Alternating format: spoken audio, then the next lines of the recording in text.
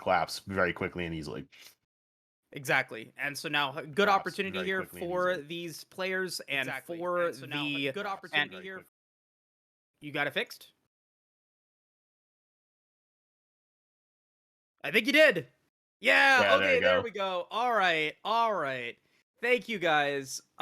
Sorry about that, folks. Of course, NA production, all that fun stuff. Say what you will. All right, but anyways, all right. So thank you guys all so much for stopping by. Appreciate you guys' patience. Let's just go over what we talked about before. My name is Yep. Moose. We got Gigatron here. This is day one, game one of this unified proving grounds. We got TA Sussy over on the red side. We got Evil Genius Prodigies going to be over on the blue. And looking at the draft so far, you guys can see on your screens, Sussy is looking to build what appears to be a very strong global composition with the Mega Inferno Bomb from the Ziggs, the Paranoia from the Nocturne, along with the Galio coming in with that Hero's Entrance. And I'm going to pair it up with the Auction as well. Prodigy's now on their B4 pick. They're looking to hover in that Azir. The Azir has been putting in some prominence now in 12.12, and it's obviously going to get locked in now. Oh yeah. I mean, this is very exciting to see Nazir come back out again. I see he's been kind of rising back into the meta, and I think it's good because we haven't seen him. I feel like for a while, and with the latest kind of patches and the new split of the season, it's great to see that for the summer. But Mm-hmm. I like the auction though. Like I think this is going to be a nice sleeper pick for them. Sure, and it can be a little maneuverable. It can be flexible along with the Galio and the Ziggs. The Galio, of course, can go into the mid lane or into the support role. The Ziggs can potentially go into the bottom lane or the mid lane, and then the auction. I mean, I don't know if we're actually going to see auction in the top lane, but it can go there. And with this Vigar locked in, that is potentially going to be the case. We'll see what Andy Hincher's draft is going to be put in. It is going to be that Vigar, so definitely a dynamic pickup coming in for TA Sussy. That auction, I'm assuming, is going to be going into the top lane with then the Vigar in the mid lane, and then with a Galio and a Ziggs going into the bottom lane here. So, overall, though, it is not the tankiest front line. Galio can be tanky, but it is not the Mm-hmm. tankiest. No, I mean you have to look at your tank for the most part is still Kench. Yeah, Udyr will be, more of that like bruiser, healthier person, but still, I mean, I look at like the Kench. I feel like is more of the issue that you kind of have to deal with in the Mm-hmm. long run for the tank, just because he's going to be up in your face, no problem. Same thing with Udyr. So it's just being able to peel back, which is why having Vigart is great because you can throw up that horizon where they're like, oh, we can't get through now. With that, so if they try to get around, you're going to still deal with Galio's taunt. You have a lot of fears. You have a lot disengage too from them. Like you can use Satchel for disengage if you need to. You could use again the Event Horizon as well. So it's going to be really interesting to see how they do this. Yeah, and talking about some of the drafting choices here, looking at the bans from Prodigies, they wanted to ban out that Kale and the Bard in the last point of this draft. So trying to take away some of that late game scaling from this Kale, and both of those champions also with some invulnerability in their kit as well. So I think it is interesting to see that was the direction that Prodigies wanted to ban out. They wanted to make sure that this Azir is going to be able to get as much damage as possible. So the Vigar is a decent pick to be able to stop that. You do get decent range with the Sand Soldiers. You do have the opportunity to potentially outmaneuver the Event Horizon as well because you see it coming, right? And that's the big thing here is we're going to expect these players to be able to maneuver away from those Event Horizons. So if they're going to work, so if it's going to be Radar here in this mid lane up against Doxa with this Azir, that Event Horizon has a very long cooldown, and if you miss it, you're not going to be really able to do much in the early game, especially when a gank comes through. I mean, Anticipation is not going to be able to do much unless you're willing to commit several resources into it. The Paranoia, if you have to land the Fear as well after that, you have to be able to then get that Primordial Burst in as well. So there is a lot of execution that needs to come in for TA Sussy, and that is what worries me here, is that it does take a lot of team coordination and it does take a lot of just good communication in order for this composition to really pull it off. Exactly. I totally understand that just because it seems a little different than what we see maybe on some other teams. But that's where I think I could have some faith in this team just because of the fact that Andy's been with us before. He's performed very well. I look at Radar's another great player.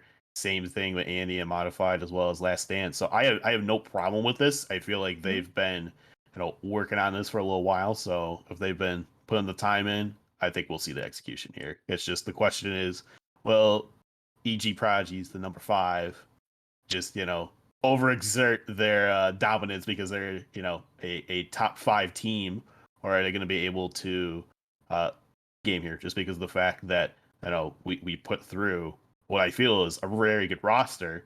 It's just Mhm. unfortunate that they're ranked at 28 and not a little higher. Yeah, I mean, regardless of that, regardless Mhm. of ranking and positioning, it doesn't like there is still a chance for a team and for a player and for whoever that may be to be able to pop off and for it to potentially be a highlight game for them. And for Yeah, TA Sussy, I do believe that every single one of these players has the chance to be able to go for those highlight games. And I feel like the X factor in this is going to be this auction here going in and being played by Modified in the top lane. So there's a ton of really good opportunity here for TA Sussy to show us what they've got. They are the lower seeded TA team. Of course, you've also got TA Main that's going to be playing on the main Team Ambition channel. Definitely check out Gorder and Sulpin throughout the day as well. But considering you've done a couple of casts for Proving Grounds before, you know how important it is to get these wins. How impactful, in this first game, how impactful is it for both of these teams to get off on the ground running? And is there anything that makes the format of Proving Grounds difficult to maneuver through, or do you feel like these players should understand what's going on? yeah, because like I was like really thinking about it like the other day, where it's like, okay, you have 5 games you have to play, you have to go 3-2 at worst to make sure you go in, kind of a thing. Mm-hmm. And the fact that yeah, you're gonna have to go against some higher upper level players that have been seasoned and played a while, kind of a thing. Which you could consider that this match kind of a thing, but you still have to look at Sure. that. Doesn't mean they don't, you know, win the game either, just because of the fact that EG could drop this game, and then this shows, hey, this team definitely has worked well. Like they have been working on everything that they need to do, and this is something that, hey, you know what? If it works, great, and if it doesn't for them, that's something that they could use as learning material for the next games coming up. Now, my thinking is, okay, hey, you win this one, then you get put up against a higher level team, Mm-hmm. kind of a thing. So you might still face someone that's in the top 15 part of the bracket. There might be something where if you lose, then you're at the bottom 16, and I think at that point in those matchups, you don't mind if you lose because you should get a lower matchup, and then if you get that lower matchup and it's a team that you could favor well into, great. That's something that I like from that aspect, but I also want to be like, hey, let's just come out with 3 banger wins right away and just know that we have that clutched up, no problem. 100%. We got about 35 seconds before the spectator delay does end. And before we do, Gigatron, I got to ask you, because I always love Oh yeah. to, what is going to be the Dragon Soul and Rift for this game 1 of the Proving Grounds? What's your prediction? Ooh, we're gonna go Cloud. You're going to go Cloud Soul, Cloud Rift. The I'm stealing first yours. That's perfectly fine. The first dragon that came into my mind was the Infernal Drake, the Infernal Rift, going to be an Infernal Soul and Rift here in this first game.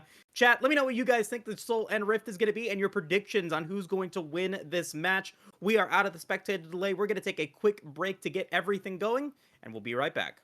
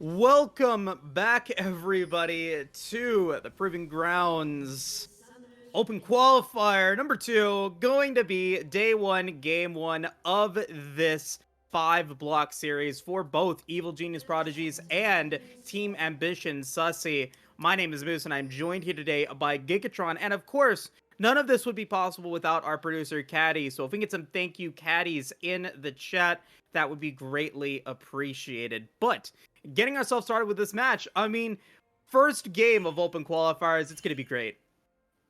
Yeah, I'm excited for this just because you get to see kind of the new rosters, the new teams that have been put out, see how these players go and everything. I know Mia was having some issues with power today, but regardless, glad to see that she's going to be here and have no problem with playing the game. So, because I like this. I like having like the actual rosters. I hate having to use a sub. So then you kind of see like, okay, what's that performance from the team? Are you getting that full roster and seeing everything you want, or are you getting that sub, which unfortunately might slightly favor for some people, sometimes not, because you're trying to scramble at the last minute. But bot. For sure. Yeah, we're gonna get our first damage of the game as we saw both of the junglers drop some wards on certain sides of the rift, getting that early vision in, trying to figure out where everything is at. But speaking of rosters, though, let's go ahead and just break them down really quickly. Over on the Evil Genius Prodigy side, you got Faisal playing as the Gangplank in the top lane. Yukino Cat with that Udyr. Doxa going to be playing as the Azir. And then it's Mia and Dombi going to be on the bottom lane playing as that Senna TK. And on your red side, you're going to have TA here with TA Sussy. It's going to be modified going in hard right now on Faisal, trying to get that extra poke damage, but gets traded back at the same time. And he's going to be your jungler here playing the Nocturne. You have Radar here as the Vigar, who's... Oh, we have a pause. But in the meantime, I will still finish out. Yep. We have... is it supposed to be... It's just gotta be Radar, right? Right. Oh man, Well, that's no, so I mean for unfortunate. Ziggs. What's Ziggs? Oh, How that's am I got to supposed be to washed. That's washed. watch? Okay, I thought it was watch, but I'm like, okay, let me let me make sure that it's being pronounced right, and then Well, wait, oh, we're going back. Yeah, it's Last yeah, Dance is Last his Dance. fun name. Yeah, his fun name. But I assume that the 4-5, it's like the 4 is the A and then the 5 is the S, so it's like washed. So yeah, Last Dance as the Ziggs, and then of course you've got Andy and Drew playing as the Galio. But we do have a little bit of a pause there. As you saw, as we were going over the rosters, Mia did disconnect again, and unfortunately disconnected right under tower, and so was forced to not only lose a lot of their HP, but also took away that heal because of a nice bouncing bomb from Last Dance. So of a rough start here for the Prodigy's bottom lane. Exactly. It's a little rough, and I get it. You're dealing with technical issues. You never want to see it, but still, you're getting it to the point of like, hey, you know what? I have a burn some. There's no problem. Oh, there it is again. Yeah, this is not looking good in terms of connection issues because Mia again is going to disconnect. That's going to be the third pause now from Evil Geniuses that they've had issues with connections. And of course, like you were talking about, I believe I was confirmed that there are storms that are going out throughout the US, unfortunately, and that is Yep. probably the case of these disconnections. Unfortunately, I mean, there's nothing that we can do here at the desk to fix that, unfortunately. And now the game has begun, so really curious to see now what Prodigies will do next, and what the plan is going to be, and hopefully it's not going to be too terrible moving forward, because that would not be good.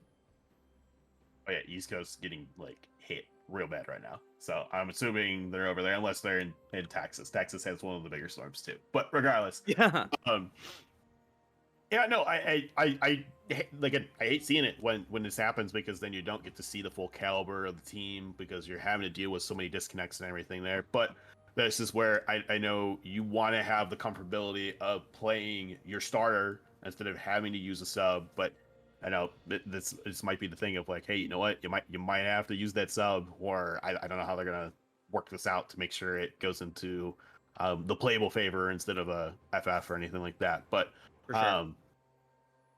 still, oh, she's gonna play at someone else's house. That's totally fine. I get that. So, hopefully, sometime soon, it'll be quick and easy. But yeah, I get internet issues. I mean, I had to deal with that for a long time, especially with college, especially here now. Sometimes I have it, but felt like that was more COVID. Where now I don't really have that much anymore. It's Wait, nice. you had connection issues in college? No Yeah, way. well, yeah. I mean, even when I had fiber, I still was having issues. Like, I mean, Oh, okay. but I know what they did. So what happened was every time Call of Duty had a big patch day, they would throttle the service so that way everyone could still do the download, but it wasn't like at like lightning fast pace. Gotcha. And I mean, remember this was back in the Like 10 years ago. early, This is 10 years yeah, ago this when was this back in happened. the So, early 90s actually, Gigatron, when oh, you God, had not age shit.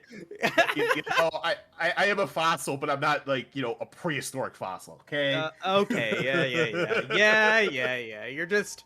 You just remembered Homo erectus, the evolution that from Erectus to Neanderthalis or something. That was a bad joke. Anyway, all right, Yes. back to the matter at hand. Back to the matter at hand here.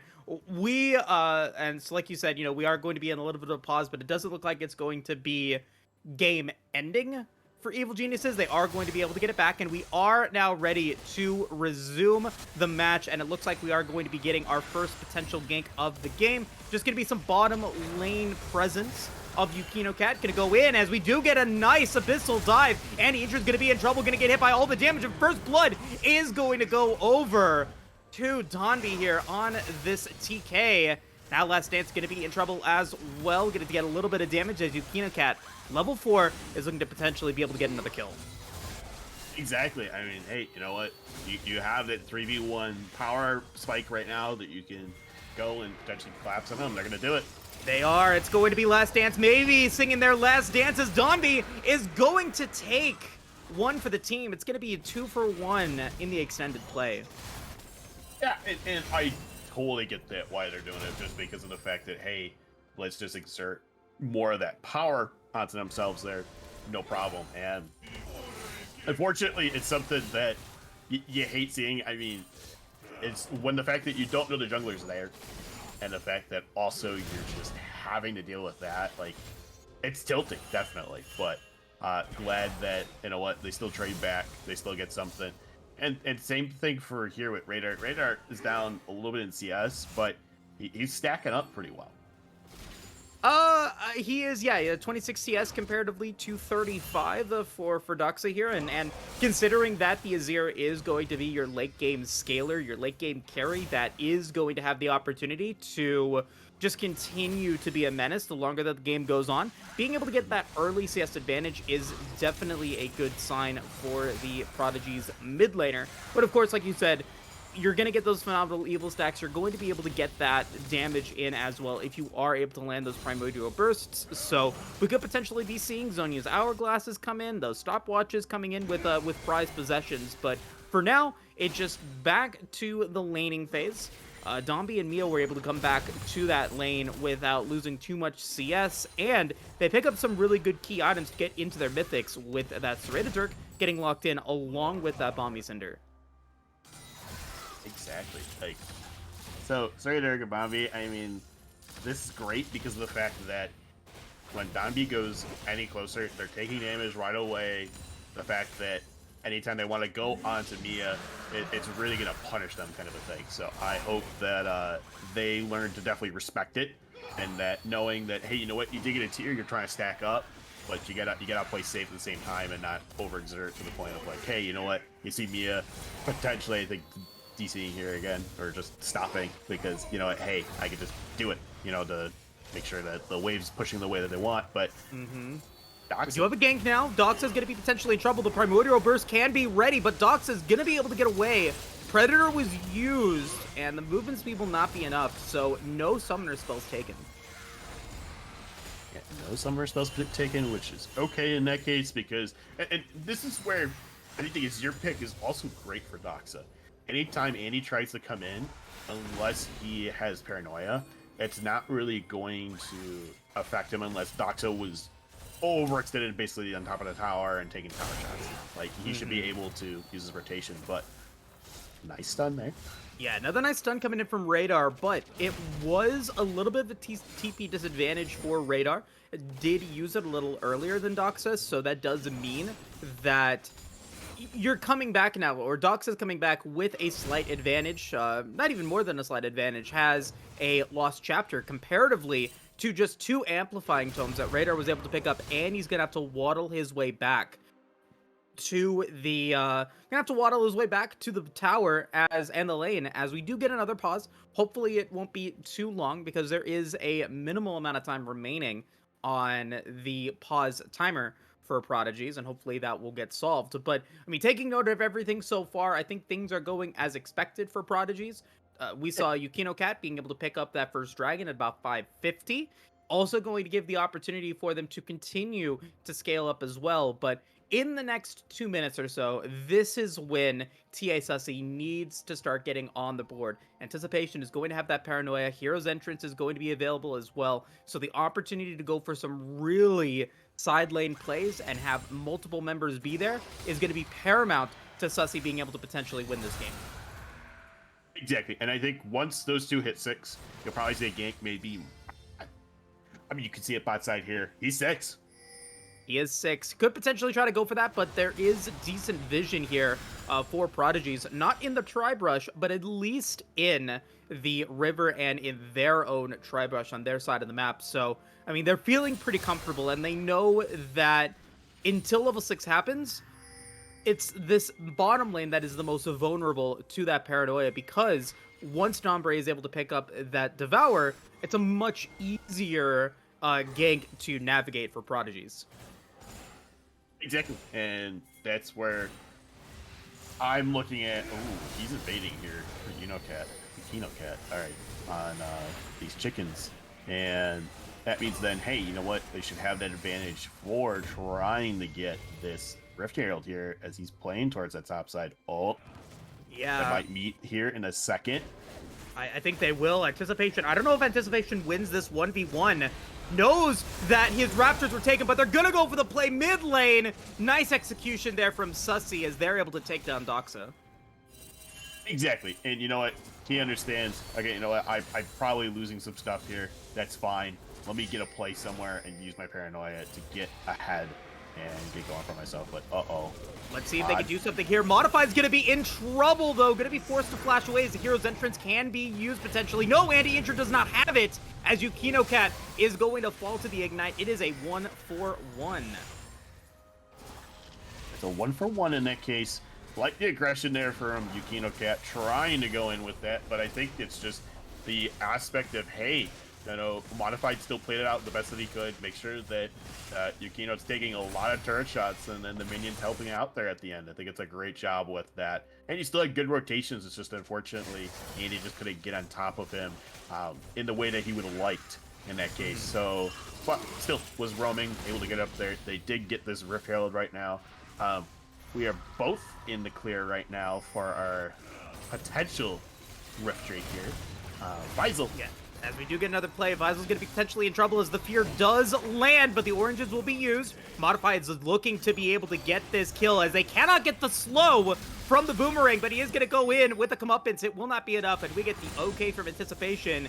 Will not be able to secure that kill. The good old poker from the Ramazim out there, but you know what? That's fine. You have to look at still a slight difference there between Doxa and Radar on his mid lane, but you still have to look at that he has that little bit of lead with the kill there. He's trying to stack up his tier. He does have the Predator, so he is going to try and get those extra quick movements when needed to get that little bit of burst out. And as you mentioned earlier, Doxa is going to be that late game menace. So can Vigard. Vigard can basically just one-shot someone very easily, and I think that's something that he has to worry about if he is going to get into that late game. But we'll see what happens. Ooh. Predator's going to get used, and it's going to be a full combo from Radar. Anticipation does have the Paranoia. It's going to use it again. Try to be able to get the Fear. Going to force the Flash out, as well as the Dawning Shadow from Mia. So, a good trade there for Team Ambition Sussy, but Modified going to be seeing Yukino Cat on the edge. Going to be potentially in trouble, trying to be able to get away using the Boomerang, but is going to get stunned. Easy kill for Yukino Cat in the river. Yeah, unfortunate there. I mean, that's the one trade-off of always being able to do that is, Okay, Dombre is going to get taunted as we do get a little bit of damage from the Mega Inferno Bomb, the flash forward, and the Satchel Charge as Dombre is going to be fleet away, not going to be able to get back to the tower, but we'll use the Abyssal Dive. It will not be enough. And actually, Mia is just going to walk back. Even though he disconnected, will not be targeted and will end up being able to survive as we get a couple of turret plates getting taken thanks to Sussy's play. Exactly, and this is kind of that advantage of what's nice here is you get some turrets right now, you're going to get more with this Rift Herald hitting here about another 2 more plates, because you can use the Satchel, you can execute that tower a little bit quicker, so great job by TA Sussy here, and I love everything with it. So they are going to start this trade. Oh, he hits it wrong? I think he was just trying to go around as Anti-Insure is going to try to get the taunt on Yukino Cat. Not going to be able to make it happen. Just trying to force Yukino Cat away from the Drake pit. And that will be enough as a dragon will get taken. And I am somehow correct in this first game as the Inferno blazes. And we get the Inferno Rift here for this first game. Yukino Cat not going to make a play. And that will be that. Exactly. Yeah. Great job on that. I think usually we rotate. I think it's like every time you go Cloud, I go Infernal, and then it's vice versa when we do that, which is fine. I mean, hey, glad at least one of us got it today so far, but I like the Infernal aspect too for these teams just because you're going to have a lot of burst. Nice little quick feet from Doxa there.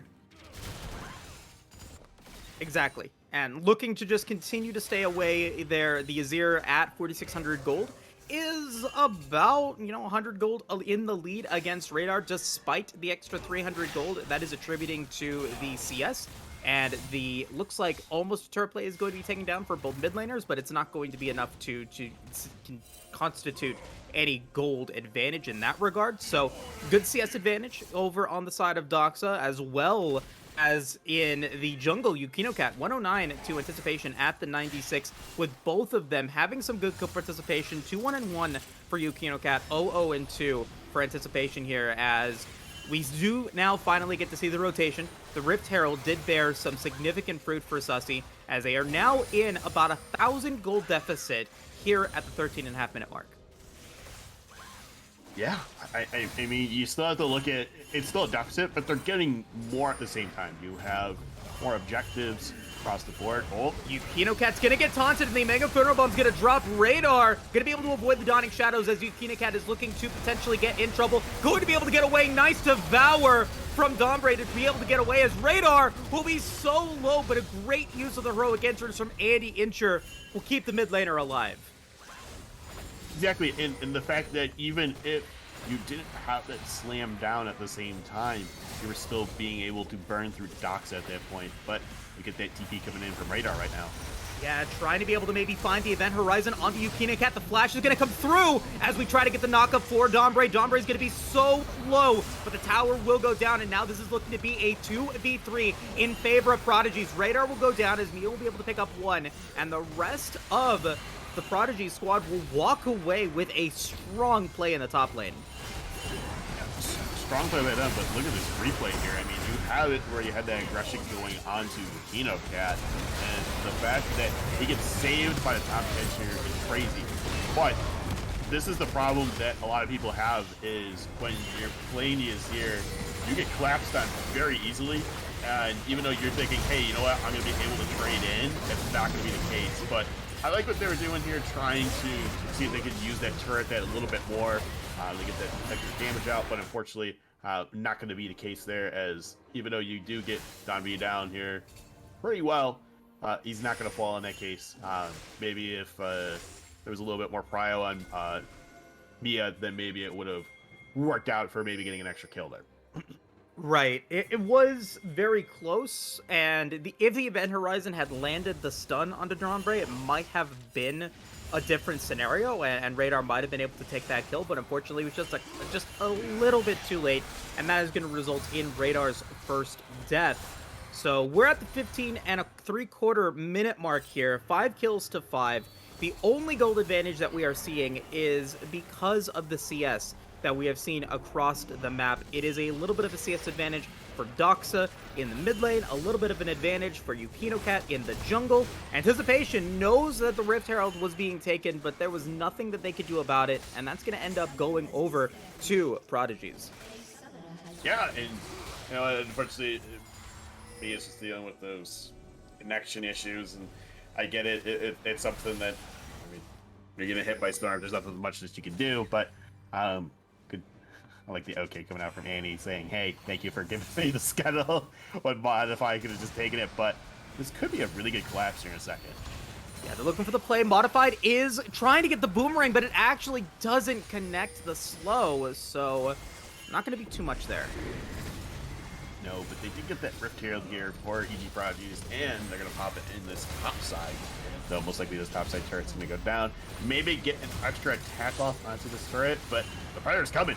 Yeah, it's going to be a collapse as we get both of them caught in the event horizon. Flash is going to be used for Faisal to potentially be able to get away, but Cat is going to be the first target. Shut down, going over to Last Dance, and they decide not to pursue any further, and they will walk away, maybe heading over to the Dragon Pit to pick up their second of the game. As you can see, Dombre and Mia on the pursuit as well. Exactly, and Modified is trying to see if he can sneak around here with that stealth time, but unfortunately, it's going to have to reveal himself and get some CS, but this means then they're still rotating at the same time for TA, so this could be a really heated Dragon fight very soon, but Doxa, oh no. Yeah, maybe overextended here. Does have Flash to try to get away from this one, but is looking to be able to avoid as much damage as possible. Great wall, but it will not be enough, and Modified going to be able to pick up their second kill with that Kraken Slayer as they go straight over to the Dragon Pit.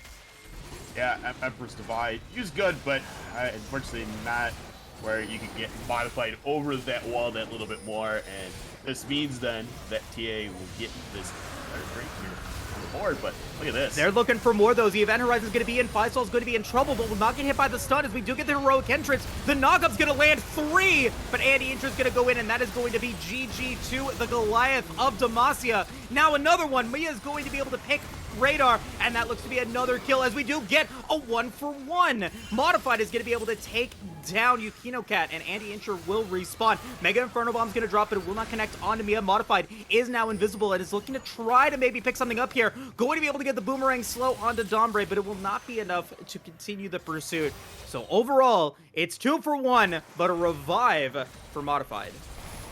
Yeah, and that's what the great thing about Auction is you're getting those revives in when needed, but now you're able to do so much with it at the same time. You were able to capitalize onto Doxa. You got the Drake here as well, and the fact that they had a really good rotation, especially on the Faisal here. You already had to make him use an orange. He had to use it again, and he's stuck there, kind of a thing. So, but yeah, the 3-man knock for Andy is great. And the fact that you're able to lock down so many people, so that way you guys can fight back that a little bit more, and they capitalize on getting that knee. Odds Udyr.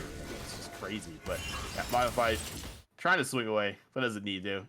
He looks at, you know what, I'm doing what I can for my team, trying to create that pressure. And I think what's really good for this is he's just able to, again, be that kind of annoyance that people don't like. And then the fact that, heaven forbid, Radar or Ziggs dies here, they both have TP right now.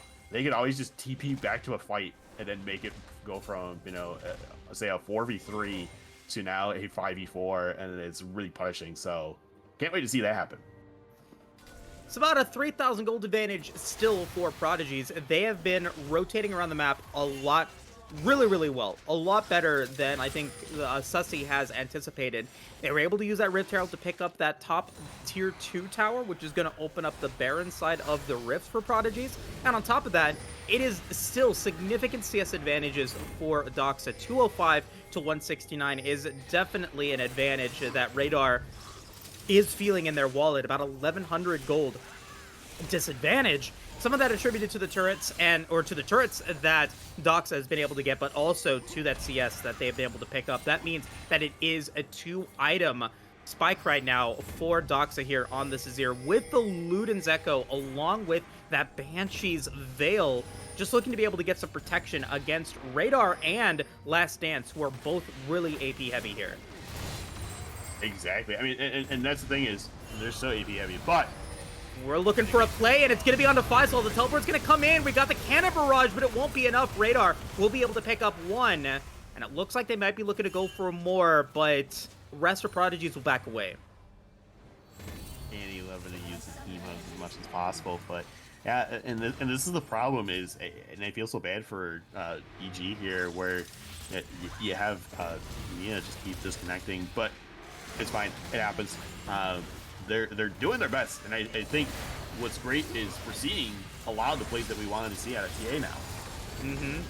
They're looking to continue to go for those side lane plays, and multiple times throughout this game, Prodigies has been punished for being too aggressive in the side lanes. Their objective has been to get those towers and to get those lanes pushed out, but first it was Doxa, and then it was Faisal, who were just way too far forward, and it ends up resulting in unnecessary deaths and still decent results, but not super lustrous here for Prodigies. And, you know, quite frankly, I don't feel like those kills are attributed to Mia having connection issues. It is just, I feel, a macro play from Prodigies to get caught out in the side lanes. Yeah, I wasn't trying to call him out that hard. No, I mean, I'm just saying how it is. Oh my goodness. It's the truth. It's the truth. It's the truth. They're getting caught out. They can't do that. They cannot do that. This is proving ground. You gotta prove yourself, and you can't let yourself get caught out there. Can't fall short. Absolutely not. Yeah, then you're gonna be Vigar, and we're gonna have to make short jokes. But What? We do have a pause here again.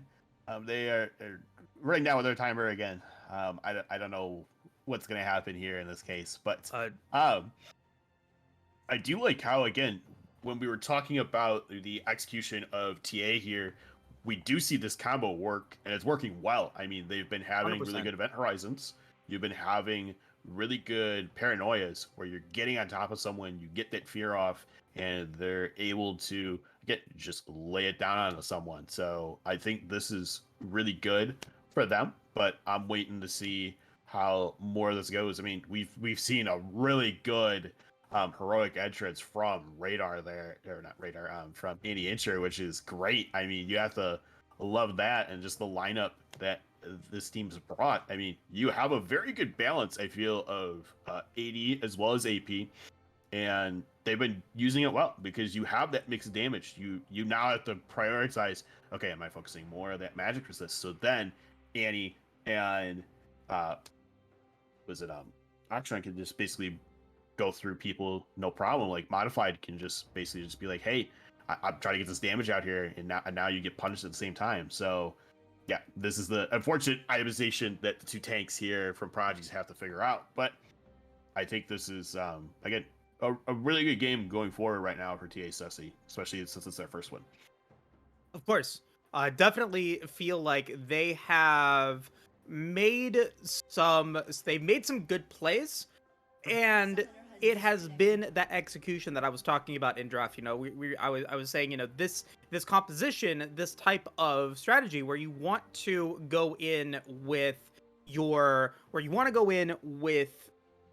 side lanes, you want to be able to use your semi-global ultimates to great effect, and I do think that Anticipation has utilized the Paranoia very well, and to a similar effect with Last Dance on the Ziggs being able to get some good damage out of the Mega Inferno Bomb. It's not necessarily enough to say, hey, they are in complete lead of this game, because where they have done well in the kills, they have not been able to establish a gold lead yet, and that is attributed to the CS advantages that we have been seeing in Doxa and YukinoCat. So somewhat difficult here to say who actually has the advantage here at this particular moment.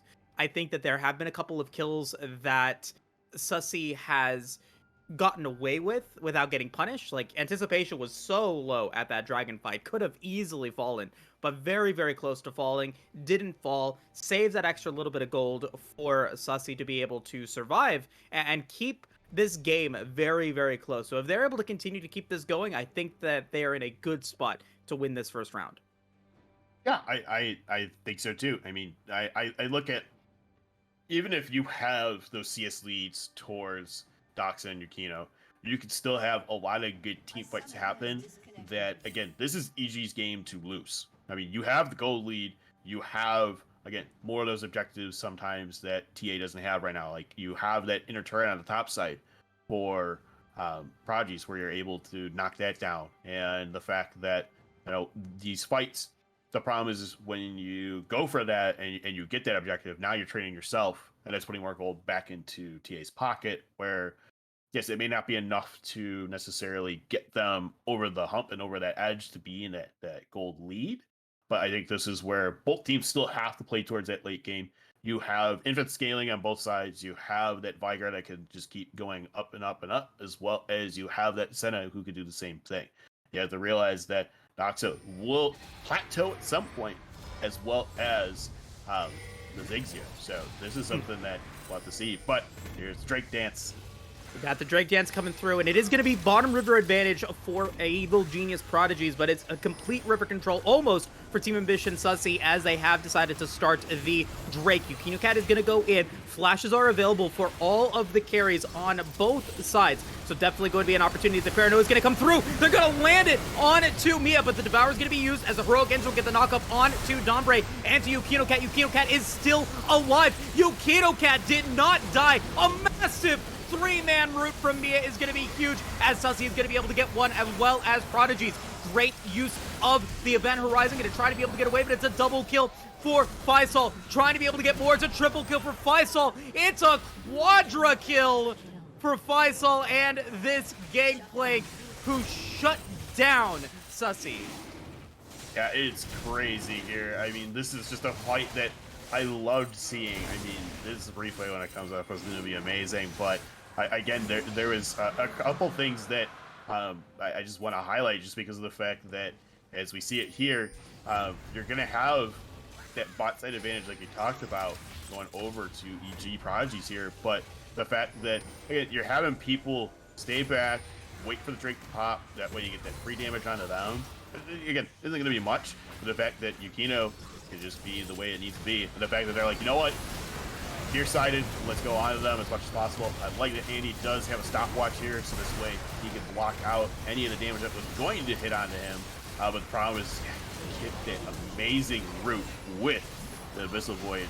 Also, that just, unfortunately, it's kind of detrimental to TA here, and the fact that, again, Faisal does have a very good amount of crit right now, where these parlays are going to do a lot of damage. So the fact that he gets a quadra out of this is crazy. But regardless, I still look at the fact that they're right now in kills.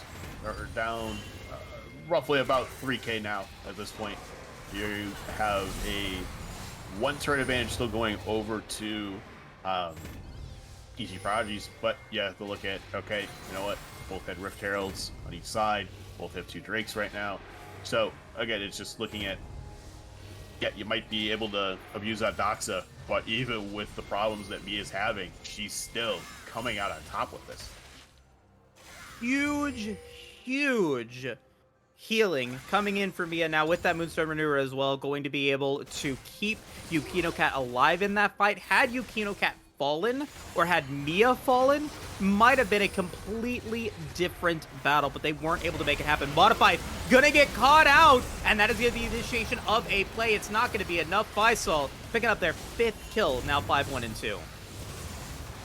Exactly, and this is the trade-off sometimes with Akshan, is Akshan's trying to flank, but then gets caught out, and now it really kind of punishes TA here.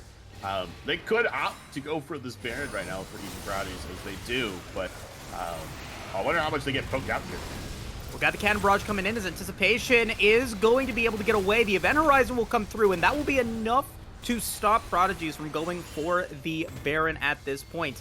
But what else can they get out of it? For the next 10 seconds, it is a 5v4 power play in favor of Prodigies, as they do get Yukino Cat hit into the Event Horizon. It does not matter. It is one tanky boy with that Trinity Force, and now with that Spirit Visage, the Warden's Mail is going to keep them somewhat safe as well, and they end up just not losing too much for trying to go for a Baron play.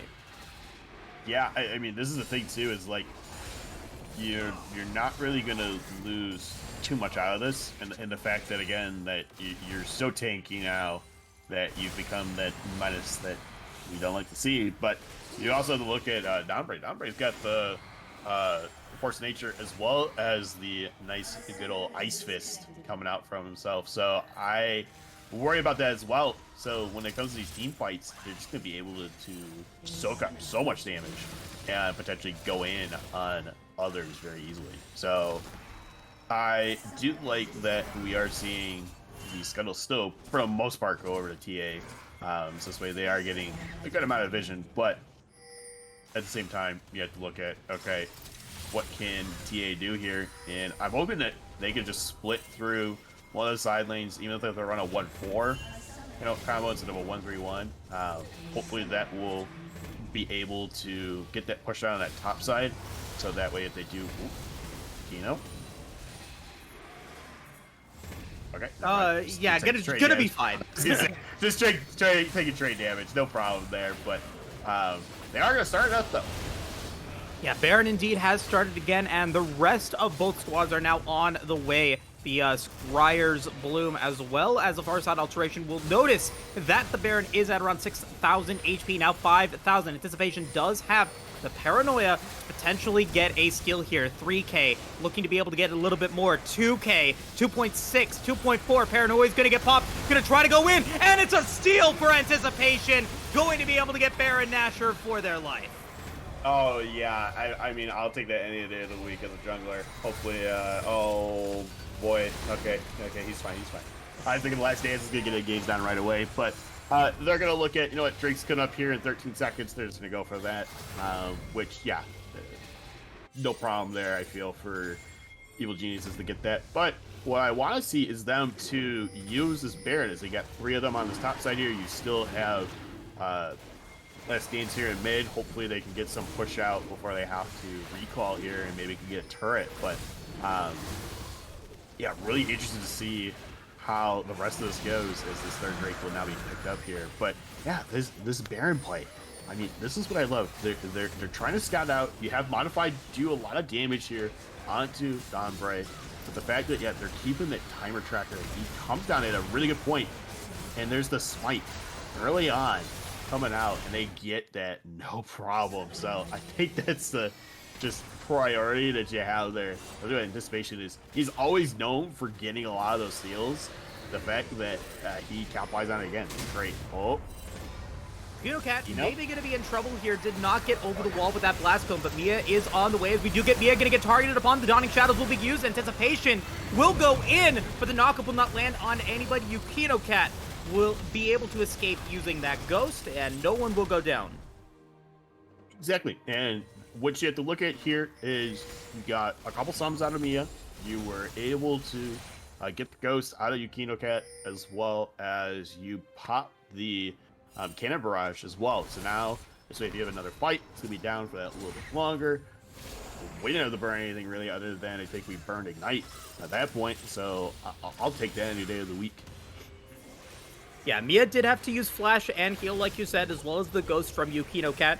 Baron is still available for the next 50 seconds. And unfortunately, for TA Ambition, or I'm not Ambition, for TA Ambition, for TA Sussy, pardon me, they have only been able to get 1 tower out of it. They have just continued to try to stabilize this game with that Baron play, and now we're looking to go for the 1 push that it looks like they're going to be able to get with this buff coming through. Dombre and Doxa are here to defend this tower, but that could be the reward for Sussy for this Baron if they can get it. But unfortunately, Prodigies is there, and they're going to be able to defend this tower, but will they be able to keep themselves alive, as Cat is not going to be able to get in. Dombre is going to be put into the event horizon, but it won't be enough to start any real play for Sussy, with Baron now only available for the next 10 seconds. Unfortunately for TA Sussy, they're only able to get 1 tower out of this Baron play.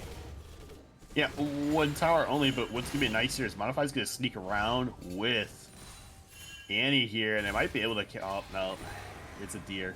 Deer just rotates through their stances very quickly and can get run away with no problem. But, yeah, I mean, they're just going to have to recall here, see if they can reset. Maybe use their gold to try and get something going. But, yeah, they're only down about 3K. I know it's kind of been hovering around that 1 to 3K mark this game. But, yeah, I'm thinking if they can get some really good fights coming to themselves, they'll be in a good spot. But the fact that, yeah, again, you're still out of that infinite scaling from Mia as well as Radar. It's kind of wondering who's going to be the more potent person in the long run. Well, I would say, potent-wise, Mia is there to heal and to support, especially with the connection issues that we've discussed before. But, regardless of that, the build is recognizing that as well. RFC, Umbral Glaive, and the Moonstone Renewer, you're trying to be able to stay as far away and as a distance as possible, just looking to be able to support your team, because you have a ton of damage on your lineup. Navori Quick Blades, as well as Collector, Malma, Mortius, and Trinity Force is available for Faisal here on this Gangplank. 293 CS, a massive amount of gold, and an item advantage against Modified at this point. So, playing very, very well in the top lane. You don't need Mia to deal damage at this point, as long as they're able to support, as long as they're able to stay behind the line, or not behind enemy lines, but as far away as possible and not get dove upon. I think you're going to be able to do a good job here, as we do potentially get to see play in the mid lane. Cat once again is going to get hit by all of the CC and is going to be in the Devour from Dombre to be able to get away. Should be enough to be just fine. Mia taking a chunk of damage. Exactly. I mean, this is how they're playing it well. Using Satchel is either aggressive or defensive, and the fact that you're using aggressive to kind of pop it into the event horizon is great, kind of a thing. So I like how TA is trying to set up these plays here, but this means then, okay, you know what? trying to catch him out right now. It would be a 5v4 because of the fact that you do have Doxa trying to back here in the mid lane. But I think really you have Drake coming up here in 20 seconds. Play for the Drake. See what you can Absolutely. do. Uh-oh.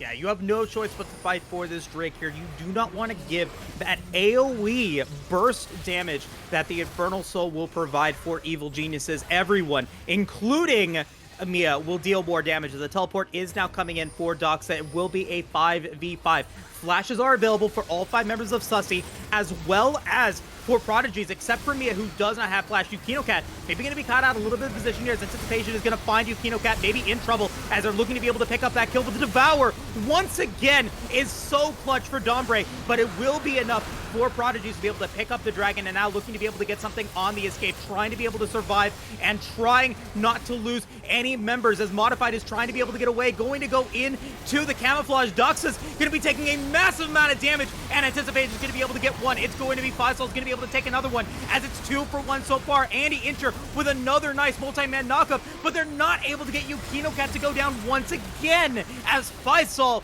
is able to get a double kill. Anticipation and Last Dance are trying to be able to defend this mid tier 1 tower. Mia's gonna be in trouble, gonna flash away, and the play is huge. Faisal is legendary, and with that play, Anticipation is the only one left. They will fall. It's 4 more kills for Faisal and an ace for Evil Genius Prodigies.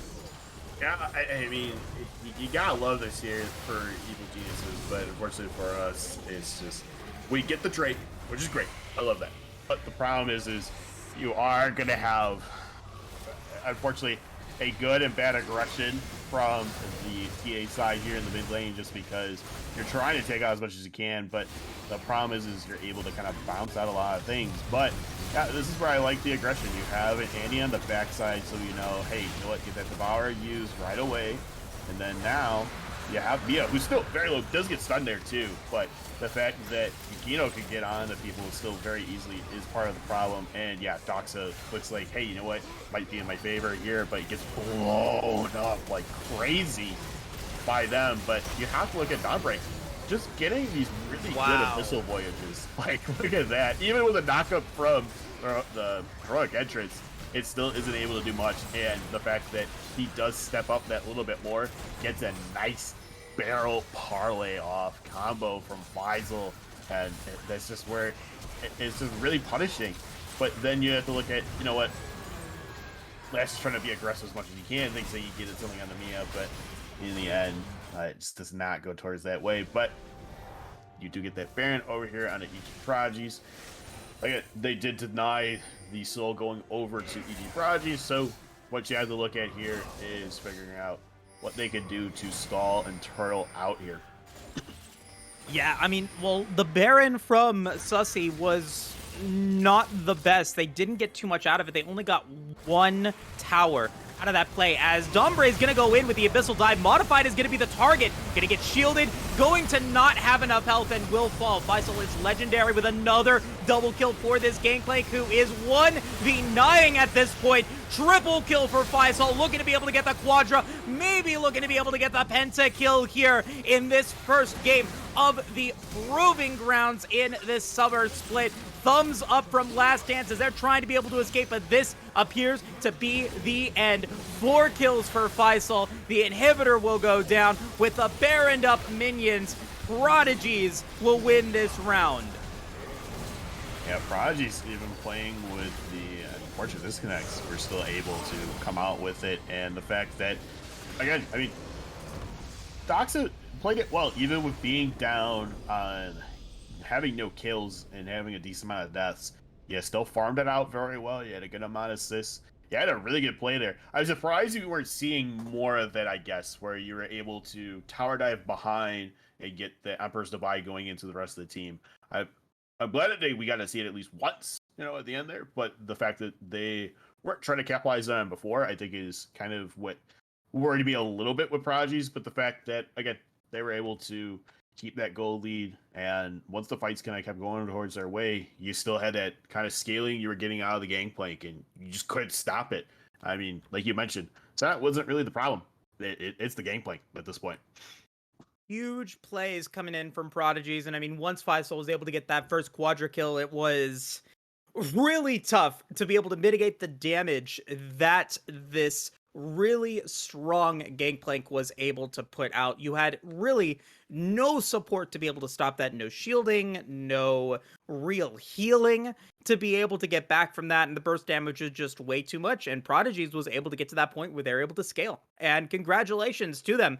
Despite what we discussed, despite all of that, it took them almost 40 minutes, but it didn't matter. They were still able to finish the job, and they will win this first round, going up 1-0 in today's matches so far. Looking to be able to get another one here fairly soon.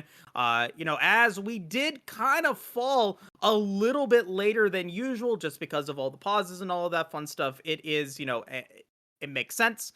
All that fun stuff is definitely going to be great. Hopefully not going to have any issues here later on down the line. But with that being said, folks, we've got a game number 2 that is going to be coming up very shortly, folks, as we get the rest of these games resolved.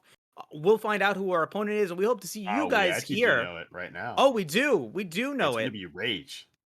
Okay, alrighty. Let's see. That's going to be a fun one for sure. But we're going to take that quick break. We're going to get into the draft. We can get all that fun stuff coming in, and we'll be right back, folks.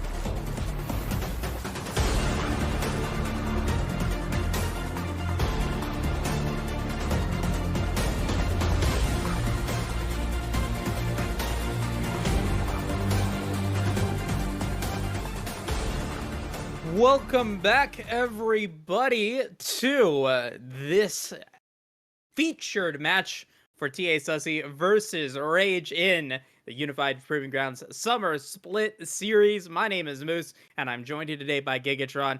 We had a really tough matchup there for Sussy in Game 1. Prodigies was able to eke out that win, but it took a heck of a long time for it to happen, and now we're going up against another 0-1 team in Rage. And let's go ahead and take a look at the bans really quickly. We got the Fiora ban. We've got the Seraphine ban for Sussy, as Rage has decided to go with some similar bans to what we saw out of Prodigies with the Olaf, the Gangplank, and now the Zed. So the Gangplank gonna get banned away.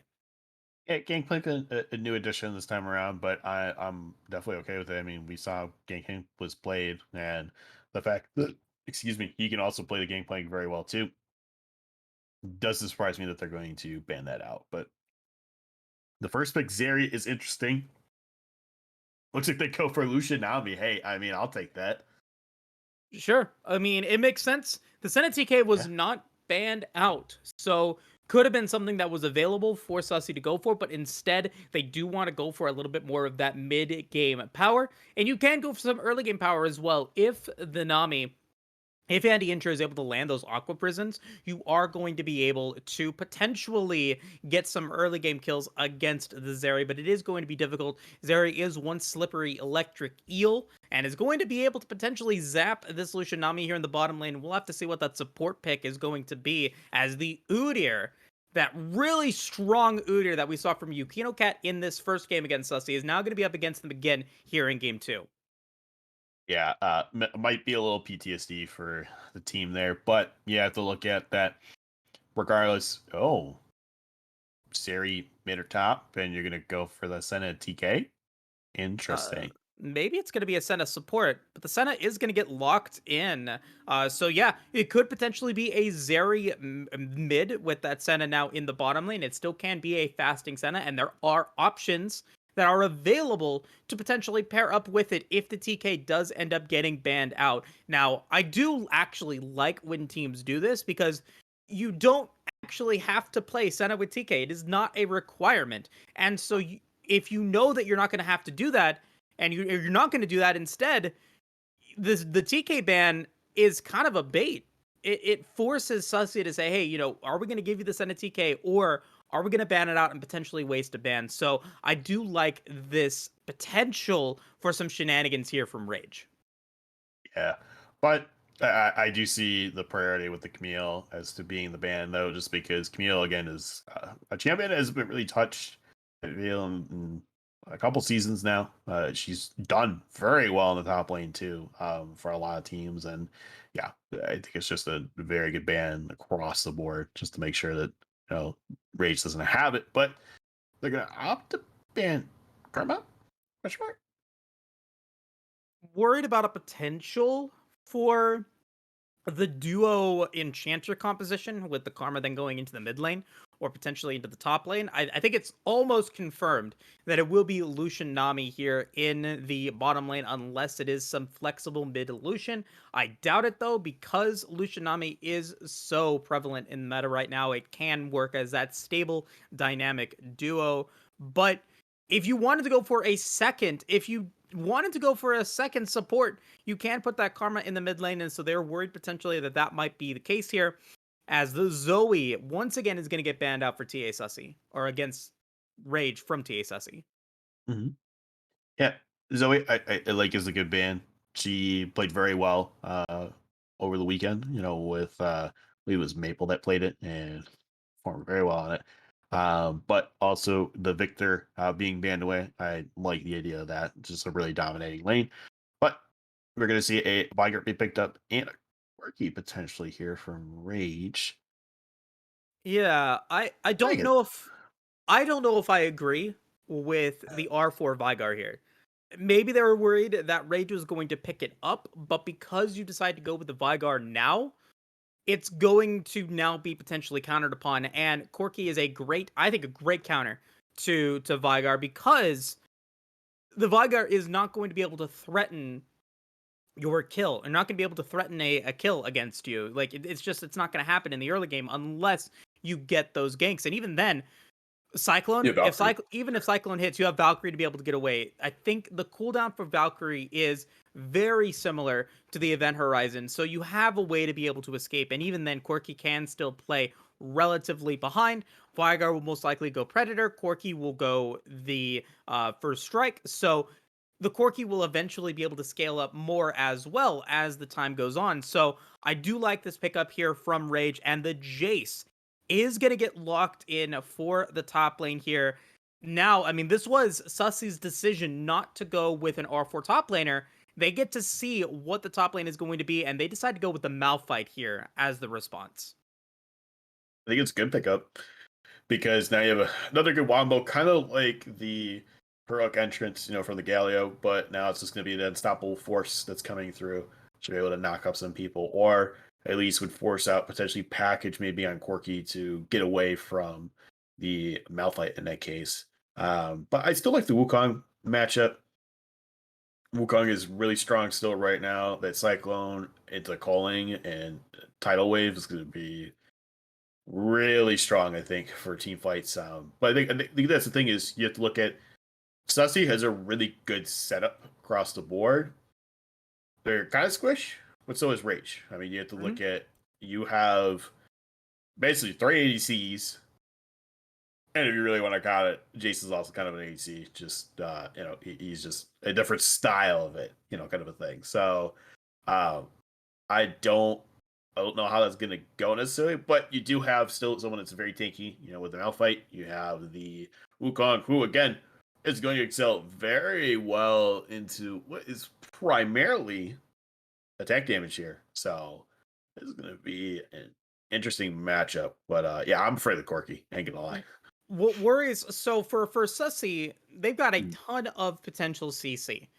If you can land it, it is conditional CC, but it's really going to fall here into the jungle pick. I think that this Wukong and anticipation, being able to utilize the invisibility frames with that clone to be able to get to the backline with that Nimbus Strike and then into that Cyclone. Multi-man Cyclones are going to lead to multi-man kills for your squad. You will be able to get a ton of damage and you will be able to win team fights if you can get into the backline. King is going to have to be a peeler here in this situation. Like, I don't think that there's going to be a situation where King is looking to get into the backline himself. He's looking to be able to make sure that his backline is able to stay as healthy as possible because they have a ton of poke composition. They have a ton of poke that is going to be available with Blonde playing as the Corki, with King or JJ King playing as the Jace.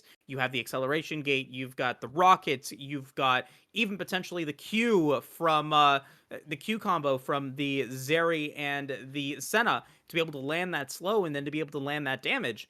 If you're able to land all of that poke, it's going to be really difficult for Sussy to be able to initiate. But if they can stay healthy, if Sussy can stay healthy, they're going to be able to initiate in the team fights and potentially be able to get these health bars down to 0 super quickly. I think so. I think it's just playing it out. It's kind of like the last one. Still having to worry about execution. But I guess the question is, this one is it a little bit easier? I think this one's a little bit easier to execute. Tidal Wave and Nami Bubble are really good to get off. The fact that you have again, um, I feel a lot more easier CC should help out into TA's favor. But I do have to look at Rage coming out with I think a really strong comp. I think it's just the fact of is the Udyr going to carry them, to the point, or is it something that they're going to play through that Corky in that case? Jace could be the one that gets a lot of favor in himself as well, but again, it's a Malphite. Malphite knows it's potentially a losing matchup if you really want. The fact that again, Malphite is just a ult bot, kind of a thing. He's not going to necessarily prioritize CS and potentially output himself into the point of overextending. So I think that's something that will be interesting to see as to where King tries to go gank. I mean, mid and your bot lane are going to be your easiest kind of a thing. So want to see how any counters that.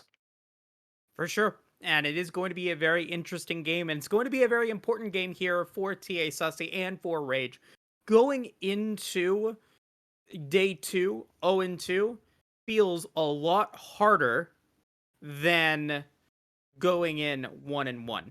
So the expectation here for both these teams is that they have to have the chance to be able to win this game, and they have to play with their best foot forward, because if for whatever reason they end up going 0-2, it is going to spell doom for their chances to be able to make it out of this qualifier and into the top 16 teams for Proving Grounds. Speaking of qualifying, TA main team, they were able to take their first win a little while back, and they are looking to now be able to get their second win against the Cincinnati Fear.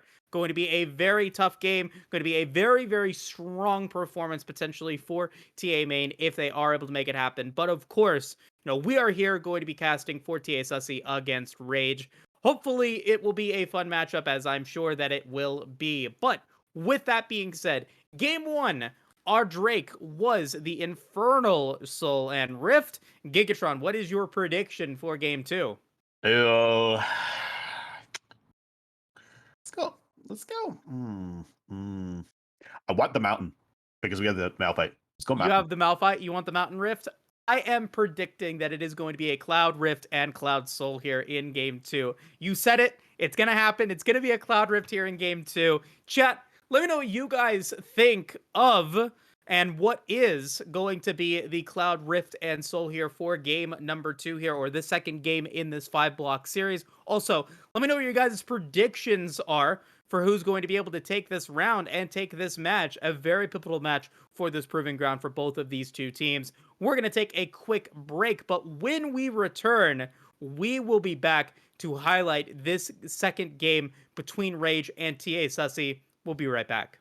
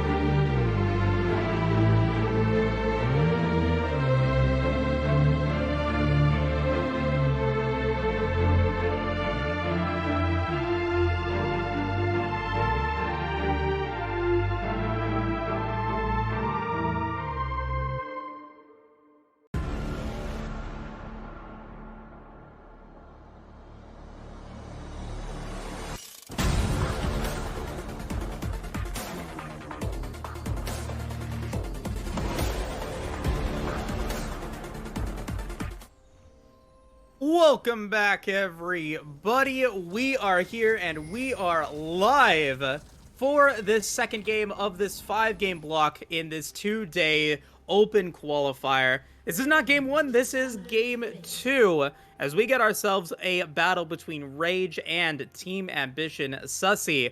My name is Moose, and I am joined here today at the desk by Gigatron. However, none of this would be possible without the production extraordinaire that is Caddy behind the scenes. So if we can get some thank yous in the chat for Caddy, that would be definitely appreciated. But getting ourselves started with this match, it will not be a Cloud Soul, it will not be a Cloud Rift. Gigatron, it's a chance for that Mountain Soul still.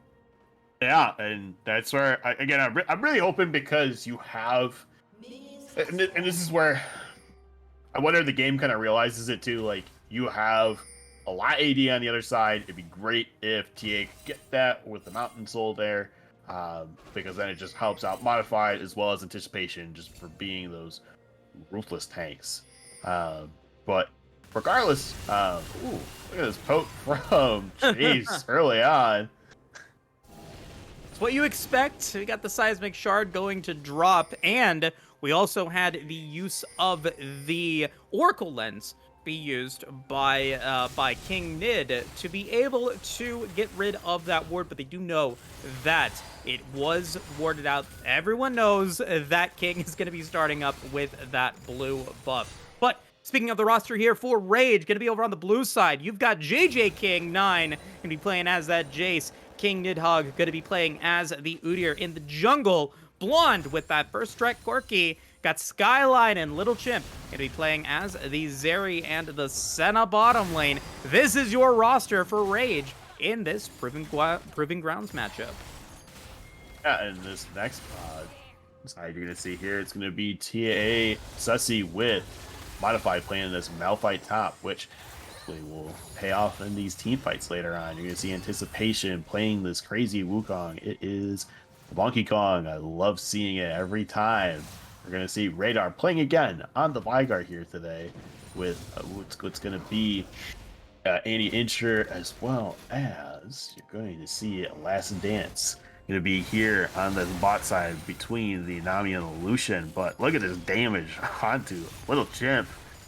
Oh, yeah, Little Chimp is going to get absolutely hammered by the duo, the dynamic duo that is Last Dance and Andy Incher, as it looked like that cannon minion did get missed. But what's very important here for the side of Rage is that they do have so much late game potential, as Last Dance is going to be putting a ton of damage as well. Going to be down to about 200 HP. Skyline is going to be in trouble, as King Nidhogg is going to be down here in the bottom lane. This could potentially be a 3v3, as Nid is going to be able to get the stun and will be able to get the smite on the Scuttle Crab. It will not be taken by the Sussy mid laner, or a Sussy jungler. Yeah, it's not going to be taken by the jungler there, but that's okay. You already know where Udyr's going to be, which means it gives Radar that little bit of advantage knowing he's going to be potentially towards that mid side. But hey, he's getting a really good push here. Has, an even amount of CS, but oh my. We are going to get a play as almost Andy Incher is able to get it, as Anticipation is going to come through. That's going to be the Ignite, and Andy Incher with first blood in this game going to be able to take down Skyline, as the root is going to land. Little Chimp is going to be a little aggressive here, but will not be able to secure any sort of kills, as the lane is going to get pushed forward. Yeah, I mean, it's going to be interesting here how this goes, but yeah, we're going to see this replay of, Andy goes over the wall with his clone, gets in, and does a lot of damage there, but the Ignite is going to be the one that really captures the kill, so I think that's a good job by Andy, again, just to keep that pressure going, as well as Last Dance, but Modified taking a good amount, but trading back at the same time, so as much as it wouldn't be a tanky wet noodle, it's definitely a bruiser versus that tank, and I don't know. As much as I really want to still give Modified more of that edge, I feel it's definitely going to go towards Jace. Well, with that being said, though, it is now going to be a slight gold advantage still for Rage. That is attributed to the 17 CS advantage for King Nidhogg here, as this Udyr going to be able to come back and picks up the Dark Seal, trying to go for a little bit more damage and maybe looking to play a very, very carry highlight reel game with this Udyr. It is high risk, it is potentially high reward, and so really looking to see how Sussy is going to be able to shut down this Udyr as we move forward into this game. I mean, it's never really moved in the Magi's. It's just a very good cost-efficient item that you're looking at. You already kind of have a lead with your CS there. You're hoping that you can really steamroll it to the point of, hey, you know what? If you get 10 stacks, there's just a lot of stat benefits for yourself. So it's not really trying to be like that more assassin or that aggressive player necessarily. It's just to kind of help you out in that case. But he is going to get spotted out by the ward here on the bot side. So be able to sneakily get in here. But we do see that Annie is going towards that top side. As you see, King is going to be back in here. Yeah, King Nidhogg is going to be putting in a lot of time, and that is a very valuable resource for a play that did not work. Blue buff is going to be spawning very shortly here for the side of Rage's jungle, and I think that that is what Anticipation is looking to go for, as we do get Aqua Prism going to land, but Last Dance is not able to drop the damage in, as Modified is looking to be able to go up against JJ King 9. Anticipation is not quite yet level 6, was not able to get in range for the Nimbus Strike, but will still be able to force out the flash from the Jace in the top lane. Just looking to be able to get those small advantages here in this early stage of the game.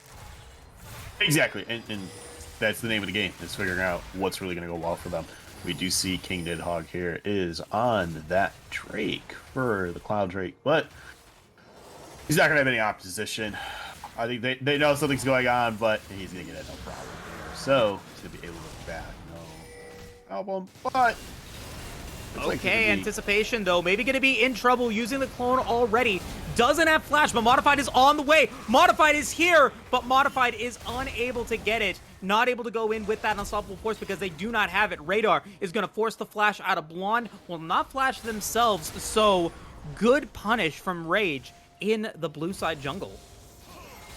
Yeah, Blonde, I mean, reacting well. That's what you need to do. Has definitely a really good start on his tier as well. He's already at 117 compared to the 60 there from Radar, but regardless, it's definitely something that, you know what, I'll take a Summoner Burn and we'll elite. Okay, Static Charge is going to be used, though. Nice Aqua Prism from Andy Incher to stop that, but Cleanse will get used by Last Dance.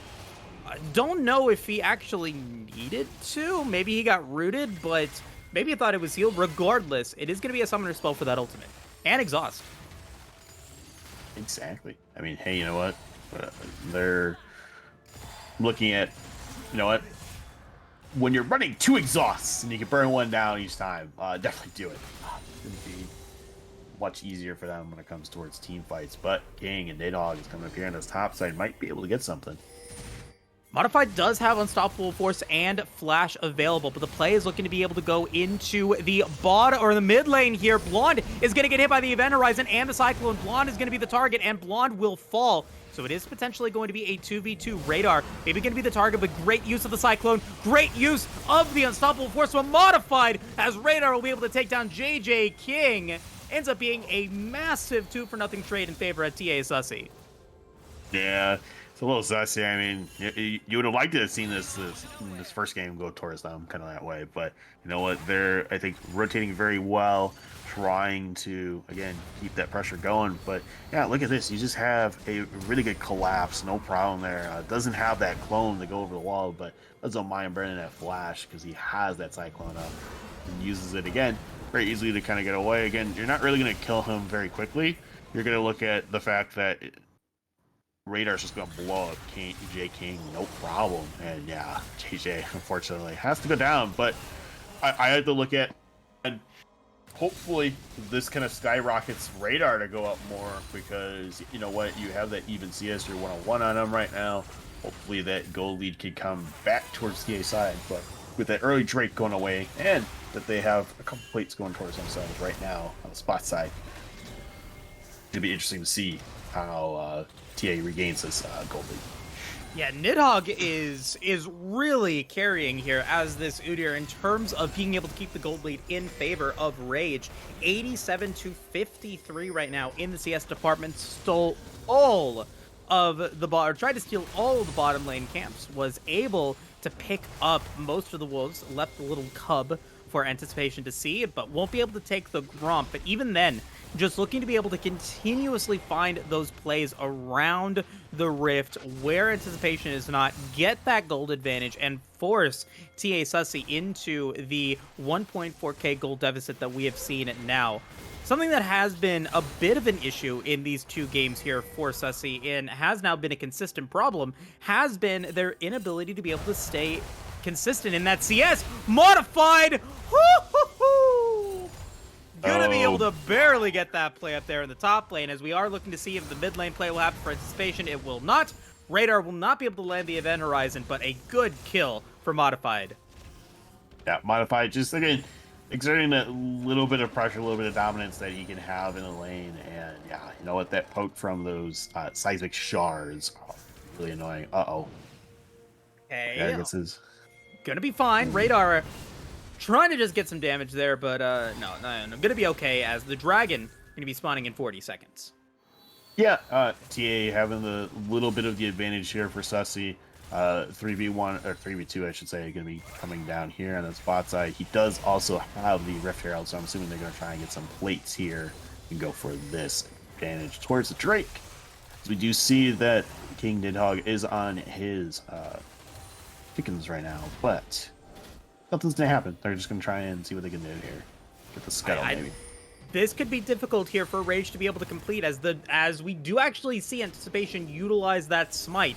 Going to be up by the time that the dragon does spawn. That Ocean Drake is going to be the prize for whatever team is able to get it. Rage was able to get that first Cloud Drake and would love to go up 2-0 here at this point, but all 5 members of TA Sussy are now here. We do see the ward being dropped, but no committing to going in for any play, as the dragon will get taken. I should have gone Infernal. It's going to be another Infernal Rift here for Game 2, as Modified is going to be able to get a little bit of damage on the Skyline. It's going to be forced to flash with Dawning Shadows will be used as well, and maybe a follow-through from JJ King as they teleport it down, as they may look to be able to make this play happen.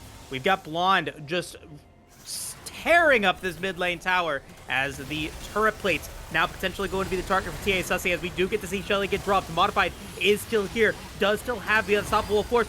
The Rift Herald gets destroyed before it could take any turret plates. Oh my gosh, this is insane. Just looking at how much damage they put out there out of Rage. Great job by them, though, to deny that, but still, we had unstoppable force up there. I'm surprised there wasn't a use of it. I feel even if you burn like little chimp splash, it's still really good in that case, but it's fine. They're going to just take that recall there for themselves and hope that they can try to catch back up a little bit in this CS here. But the good thing is you do have Radar with the CS advantage, whereas you see that Skyline has the other advantage on their side. But yeah, when you look at gold, they're very even. Honestly, the gold's better on Blonde because of the first strike. Yep. First strike giving you that extra gold. It is an 800 gold advantage for JJ King and a 600 gold advantage for King Nidhogg against their lane opponents respectively. Respectively. Going to be the biggest hurdle now for Sussy to be able to go through is the fact that JJ King does have this advantage here in the top lane.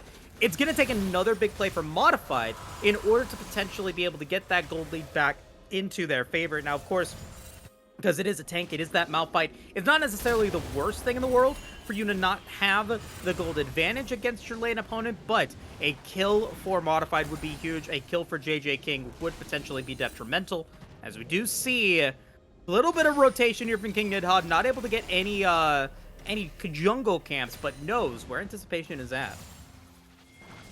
Exactly, knows he's on this top side here, knows that he needs to take some more camps, and realizes, you know what, I can get this back off here, no problem. Still exerting that really good lead here of almost 40 CS, you know, for King Nidhogg. But you have to look at, doesn't matter. Andy's trying to put plays across the map. Hopefully he can, just get through, get some of the camps needed. Maybe give that blue buff over to Radar in that case so he can have that little lane advantage. But oh my. We are going to get the play. Skyline not able to dash through. Great Tidal Wave and Cyclone from Andy Intra. Anticipation as Little Chimp is going to be forced to flash away from that Aqua Prison. It's a clean kill for TA Sussy, as Radar may be looking to go for more, going to force the Valkyrie out of Blonde, and that's not going to be a kill, but we are going to see seeing a play still in the bottom lane. We got Last Dance going to be very low on health and on mana. Anticipation does not have Cyclone, nor does Andy Intra have that Tidal Wave. They're still going to be able to push forward. It's not going to be any follow-up kills, so in the play, it's just a 1-for-0. Exactly, just a 1-for-0, but a lot of time expended by both junglers down here. But Radar, came out real low, but you know what? He gets some good trade damage back on the Blonde. But yeah, I mean, still looking at that bot side, it could have been a lot worse for them. But you know what? Take the 1 kill, puts them a little bit closer. They're only down about 1.5k now at this point, so. Maybe with another Drake on their side, they can put themselves back into the lead here.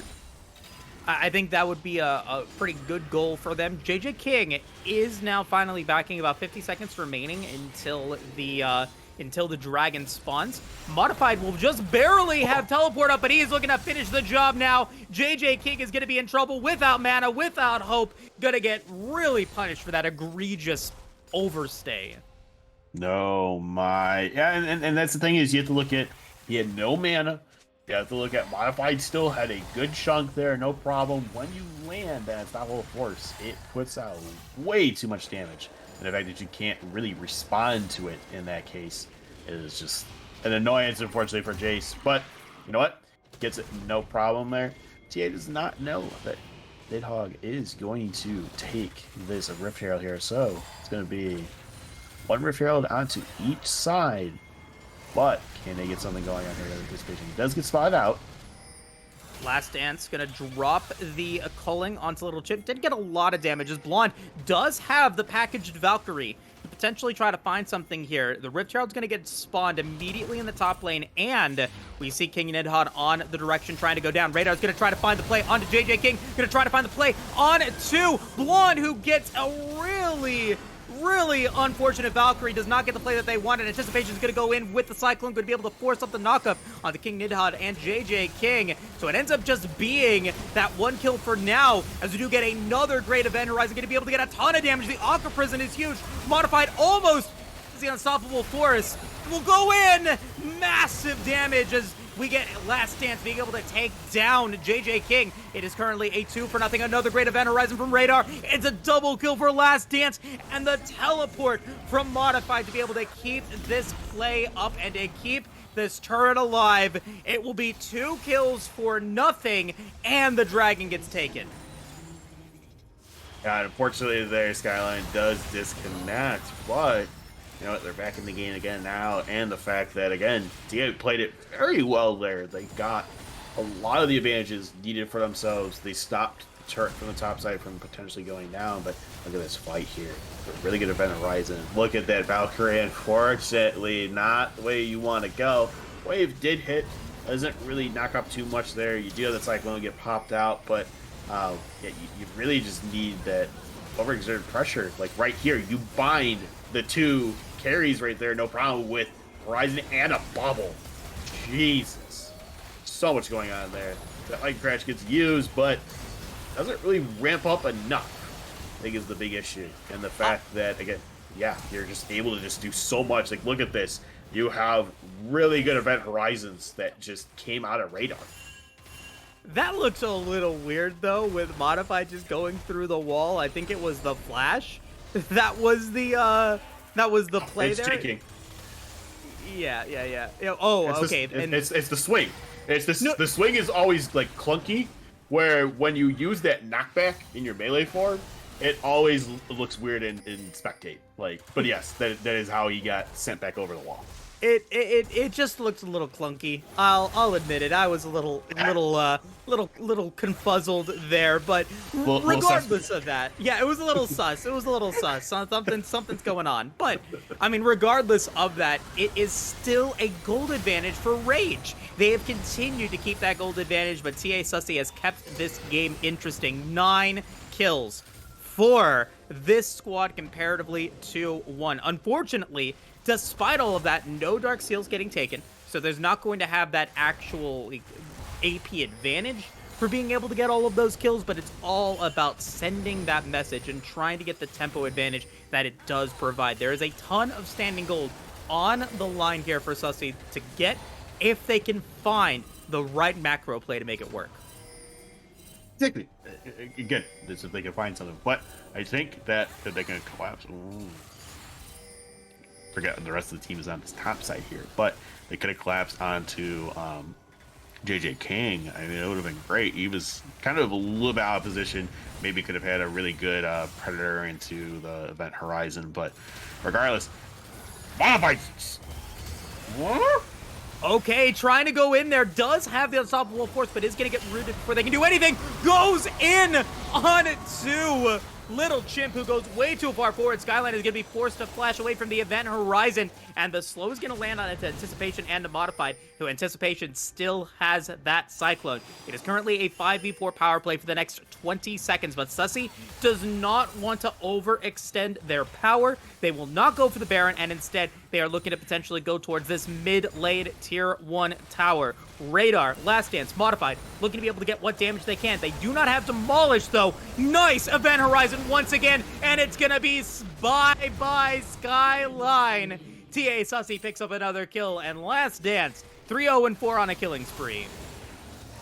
Yeah, and I mean, they look like they wanted to go in there to get some more, but you know what? I mean, the 3-0-4 from both of the bot lanes right now. 3-0-5 from the top side here with Modified. It's just crazy what this team's doing right now.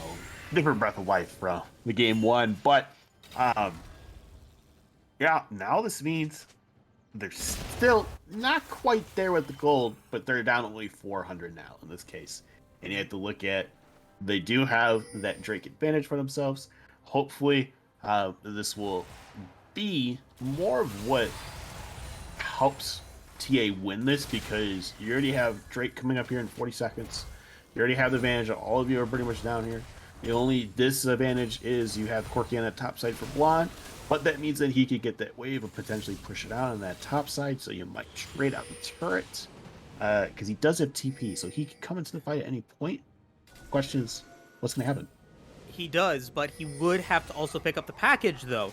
Package is not quite available yet, but he is looking to be able to push forward, and like you said, he does have that teleport to be able to come in and make this a 5v5 if he is able to get there in time. But in order to be able to make this worth, Rage is going to be able to pick up that inner tower in the top lane. That's going to be an extra 600 gold in Blonde's pocket as the dragon does get started. And Rage has made the decision to, instead of going for the dragon, they have decided to try to go for some of these standing towers and be able to get that mid lane tower as well. So for TA Sussy to be able to get onto Soul Point, Rage able to pick up 2 towers in exchange.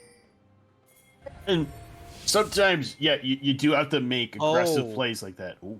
Okay, this might actually be a little bit of a misplay from Rage. They saw potentially the teleport now in the bottom lane, and JJ King has to roam all the way up from the tower as the Baron does now get started. Team Ambition Sussy is looking to go for a play, but this is somewhat risky with the package not being available, and Blonde going to be able to get teleport. They're going to be able to start on to Skyline. That's going to be Last Dance going onto a rampage as Blonde uses that package, going to be able to get the big one damage onto Andy Incher and onto Last Dance. But now the rest of TA Sussy is looking to be able to get away. JJ King not able to get any damage with that poke, and so Rage, with a little bit of a macro misplay, gives Sussy a free kill. But the Valkyrie's going to come in. Andy Incher's going to be in trouble. Andy Incher will fall, and it's going to be a shutdown onto the Nami. Blonde is going to sacrifice their life for the cause as Radar now potentially going to be in trouble, going to get stunned out from King Nidha, who's trying to be able to get away. Modified, trying to be able to slow down the Udyr, but he's able to get away from the Event Horizon. So, at the extended play, it's a 2-for-1 in favor of TA Sussy. Yeah, might not be done yet. Maybe not, as King Nidhogg's going to get hit by the Everfrost, going to get slowed, but not rooted. Going to be able to get away. So it's going to be fine, as they will be able to walk out. But King Nidhogg is just continuing to try to see if he can find some damage, find some kills, find a smite maybe onto this big wolf. Take the little one and I guess walk away. Yeah, you know what? 9 gold is 9 gold regardless, so you have to look at it from that aspect. But he does have a really good gold bounty that would be nice if someone picks up soon. But you said to look at, they played it very well there. I think you had the 2-1 lead in the trade there. You knew the TP advantage was going towards your side. I won't say they wasted it, but didn't use it to their best use. I'll say that by having Jace go towards that bot side. But again, him with Quirky does really good poke that definitely has to be respected. You know, Andy Incher is more on that squishier healer. You know, with the Nami, it doesn't matter. I mean, this could happen to your Lucian. This could happen to your Vicar at any point. So, really need to protect themselves a little bit more. So, want to see what they can do for these next fights coming up. So this is a very much support-oriented Senna. Little Chimp going with that Locket of the Iron Solari and is on the way to being able to go for, I believe, I don't know if it's going to be Staff of Flowing Water for the Corki or if it's going to be for the AD side of things. Probably going to be the AD side of things here with for that second item. The name of the item is escaping me. Redemption? No, not Redemption.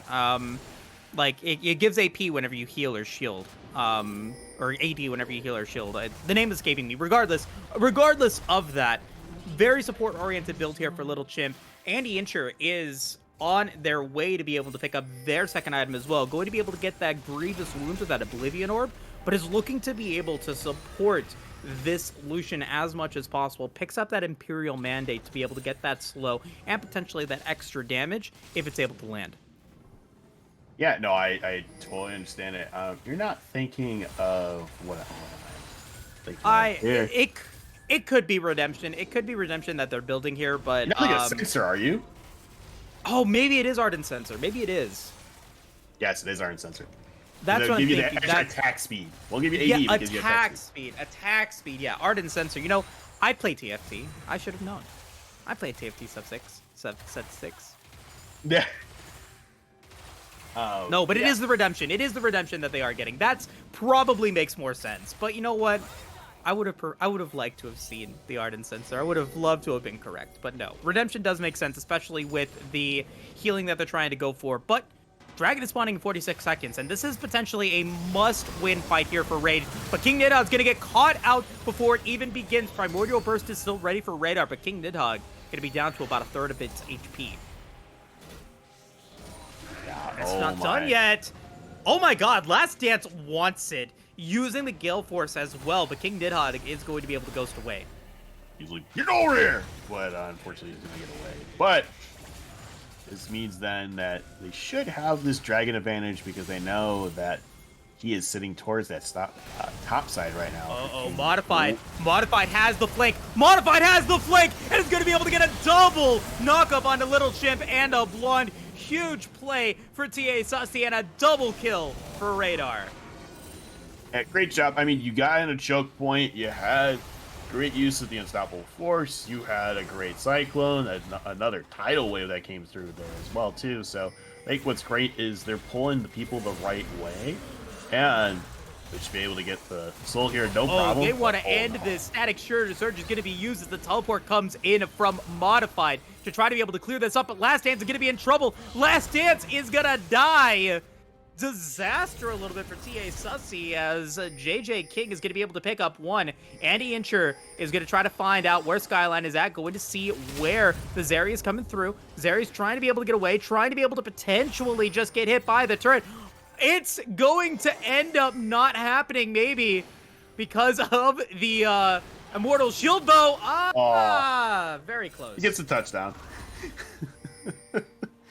Gets the touchdown, no problem. But yeah, you know what? Just great job by, unfortunately, having a really silly kit there with the Zeri being able to get away from Nami, who's chasing. But back onto this, again, yeah, you had the clone be used, tidal waves popped already, that stoppable force, but yeah, there's no way for them to get out because they're both caught in the cage. They get really good use there of, again, most of their ultimates, and they have no problem. And then again, Annie is like, you know what, let me just take the Drake again. You guys try to get something going for yourselves. But yeah, that lightning crash is being used. And again, really just, it fizzles out, unfortunately. But you know what, that's where JJ King still gets that little bit of extra damage out there. And yeah, the chase, unfortunately, not going towards TA's favor. But regardless, I mean, you still have to look at he still has a lot of kills, and they do have the Drake advantage right now. Yeah, hold that thought as we go to live. Maybe could have been a kill there against Anticipation, but the Baron is going to get started. Now, remember, in Game 1, Anticipation was able to get a great steal against Evil Genius's Prodigies, as we do now get the play started. Modified, looking to be able to go in for that Unstoppable Force, able to get 1 on 2. Little Chimp is the package, and the Valkyrie's going to go in. Anticipation going to be low HP, going to be forcing out the flash out of 1, as we do get Last Dance, maybe going to be in trouble as well. Last Dance will fall on the opposite side of the Rift, as Radar will get shut down as well. Modified is looking to be able to go in for the 3v1, going to be low, going to try to get the damage in, but will get shut down as well. So it's going to end up being a 3v1, a 4-for-1 in favor of Rage, as JJ King will not fall. And Team Ambition Sussy collapse at the Baron Pit. Yeah, and this is where trying to have that advantage going towards TA, it's just unfortunate that you're able to still pick out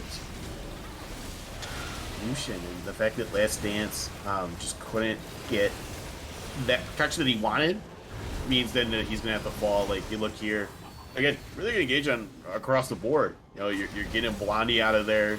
The problem though is Radar gets collapsed on. No problem from King Nidhogg, and then you're going on an Andy Incher. You can just hit stances, no problem. JJ King has really good burst, gets on him, no problem there. Crashing on the hammer, and yeah, this is unfortunate for them. But either look at it again. Baron's temporary, Dragon Soul's permanent. You still have an advantage going for yourself there. You are down a little bit of a difference with the gold now because again you do have that first strike that's giving advantage on both JJ King and Blonde for some gold there. But this is something that I still look at. Radar's playing it very well. 3-1-7. It's got really good stacks going right now. Does have the hat. Hopefully we can see a lot of bursts out of him. They got to be able to get that burst because that ended up being disastrous here for TA Sussy. Anticipation still has his stopwatch available as Modified is just looking to be able to do what they can. Now 4-1-9 with that Fimbulwinter, or I'm sorry, not with that Fimbulwinter, that Force of Nature. Gonna get rooted, and that's gonna be so much damage onto Andy Incher's Skyline. With that Baron buff is able to deal a massive amount of damage, as TA Sussy is looking to trade out towers in the top lane and in the bottom lane. And that is going to be exactly what happens, as the rest of Sussy is now looking to be able to back away. We have a little bit of an opportunity to see how much more King Nidhogg can get. Anticipation and Modified are on the way to try to stop this siege, as the tower is going to be down to about half HP. King Nidhogg is going to be able to get away using the Ghost, but it's going to be both ultimates being used by Anticipation and Modified. They want to take down King Nidhogg here, but it doesn't matter. The movement speed from that Force of Nature is just massive, and they're going to be able to walk away along with JJ King being able to pick up that mid-inner tower as well. Hey, look at that burst from JJ King right now. He is just on fire, and that's just something that we have to look at. He is playing very well here, even though with being down in lane that little bit, just because of getting so many of those deaths, he is still able to capitalize and effectively push out lanes. Again, when you have a team that has 4 range basically at any point, yeah, it's gonna hurt them from a siege standpoint for TA, but hopefully they can collapse onto Blonde or Skyline or Little Chimp soon, so that way they can take them out of these fights coming up. We do have Elder Drake coming up here, NFL less than 10 seconds, so we can see how this goes. Baron is going to be down in about a second. It is now gone, and the Elder Drake is going to spawn as well. This could be potentially the game-ending fight here for both of these teams. Modified needs to get a good unstoppable force with that flash available. Every summoner spell is available for Team Ambition. Sussy as Anticipation comes in with a 3-man knockup. Skyline is going to fall. It's going to be Blonde going next. Andy Incher will go golden to survive. It's a shutdown against JJ King, and they got what they needed. They got 4 down. They get the shutdown on King Nidhogg, and now they could potentially end the game. Yeah, they can. I still, I think, would try to maybe get the Elder right now just to be a safe bet. You know, everyone else can push. But regardless, I think they're going to be fine here as they go and get this power very easily. Yeah, they're gonna do it. They are looking to take out Rage and go 1-1 in this series and try to be able to keep their chances of being able to get into the qualifiers. They are moving forward. They are moving with passion. They are moving with vision, and they will be the winners of this match as Anticipation will go in. They will try to take down Little Chimp, but it doesn't matter. TA Sussy will win game 2 and will go 1-1 in this Proving Ground Open qualifier. That's a great job by them. I mean, I love this. This was kind of chaotic because it was a really good lead, I think, early on, where they were getting a good amount of kills. They were trying to get a good amount of objectives for TA Sussy, but the problem was is Rage was having that gold go over them because of the fact of the first strike. And the problem is you were thinking, hey, you know, with this they would get a good amount of items, which they did, but again, just one really good team fight can just swing a game, and it worked out well for them there. So I'm glad that TA Sussy was able to get this. You know, they did get that not the Elder Drake, but the Infernal Soul, and was able to use a lot of that damage effectively there. So great job by them. Yeah, I mean, really a phenomenal performance coming in from TA Sussy in that game. Couple of notes that I do want to talk about because of, because now you are looking at 1-1 for TA. That is a decent position to be in moving into day 2. All you have to do is win 2 out of those 3 games and you're guaranteed qualification. So you need to be able to get whatever you can done. And for me in this game and for both of these games, there were a couple of things that TA Sussy I think needs to work on in order to make themselves a little bit better. I thought that the Vygar was so good. Really, really great Vygar games here in the mid lane coming in for Radar. I thought that Anticipation played a great Nami game. And I thought that Modified in this game as the Malphite was really, really strong. Had some great multi-man knockups paired up with Anticipation's Wukong and those Cyclones coming through.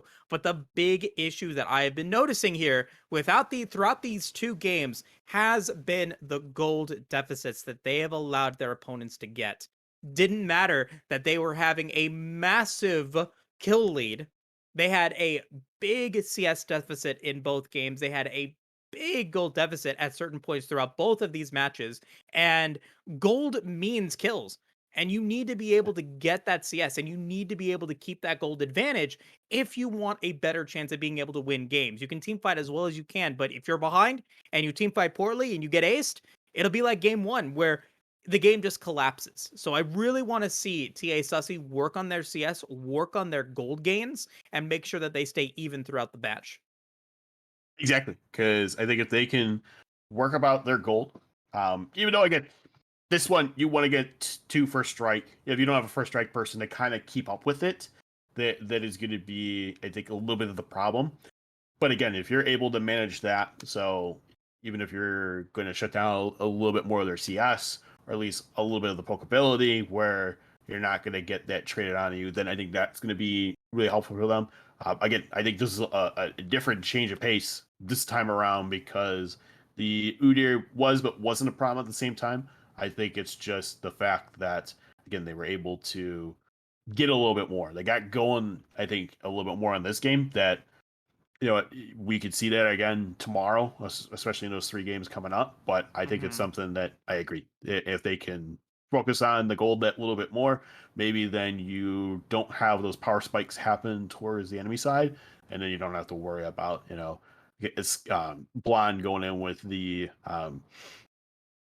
package at all and doing a lot of damage with that, or the fact that Skyline could potentially pop off with that lightning crash, or same thing with JJ King on the Jace here. But regardless, I still love it. TA came out on top, worked out really well for themselves. I like the engage that they had. I mean, you had way too many good wombo combos, ultimates there. You had the wave, you had that ensemble force, you had again Cyclone and Coling just following up with it. You had so much raw damage there that just worked out really well for TA. So I love that. 100%. 100%. And I'm really, really excited to see how well TA in both of our teams are going to be able to perform. A quick update for the players and for the viewers that are just watching this channel. Team Ambition main did fall to Cincinnati Fear, so they end up being 1-1 as well. So both Team Ambition teams are going to be 1-1 moving into day 2. Now remember, we talked about it earlier, we discussed it. A 3-2 set score at the end of these 5 games is, I think, the minimum that we want to see both of these teams go for. We would love for them to both be able to go 4-1, but we will not know that until tomorrow. So that is going to conclude our broadcast for the day. Hey guys, I really thank you guys all for coming in and enjoying the broadcast. If you guys are enjoying the content that you are seeing here, please feel free to follow Team Ambition on their Twitch channels, either on this secondary channel or their main channel. Follow them on Twitter and join the Discord to stay up to date in all of the Team Ambition content that is going on throughout the amateur metaverse. They've got content following through the IB or through gold all the way up to this Master Challenger tier. Also, if you guys enjoyed the content that you were seeing from Gigatron and myself, we have Twitters. You can follow Gigatron on Twitter at Gigatron, and you can follow Moose at Moosecaster. Of course, this would not be possible without our producer and the production staff that is behind the scenes. We've got Caddy here today, along with Emma being the caster for the main broadcast today. Of course, also the casters over on the main channel, Goro and Sulpin. Thank you guys all so much for doing that. But with that being said, we've got both Team Ambition teams 1-1 moving out of day 1 of this open qualifier. Very excited to see how game 2 plays out. And on behalf of all the players, the coordinators, the staff here at Team Ambition, Caddy, Gigatron, and myself, this has been your coverage of the Proving Grounds Open Qualifier Summer Split Day 1. See you guys all tomorrow for Day 2. But in the meantime, stay safe, stay healthy, and take care.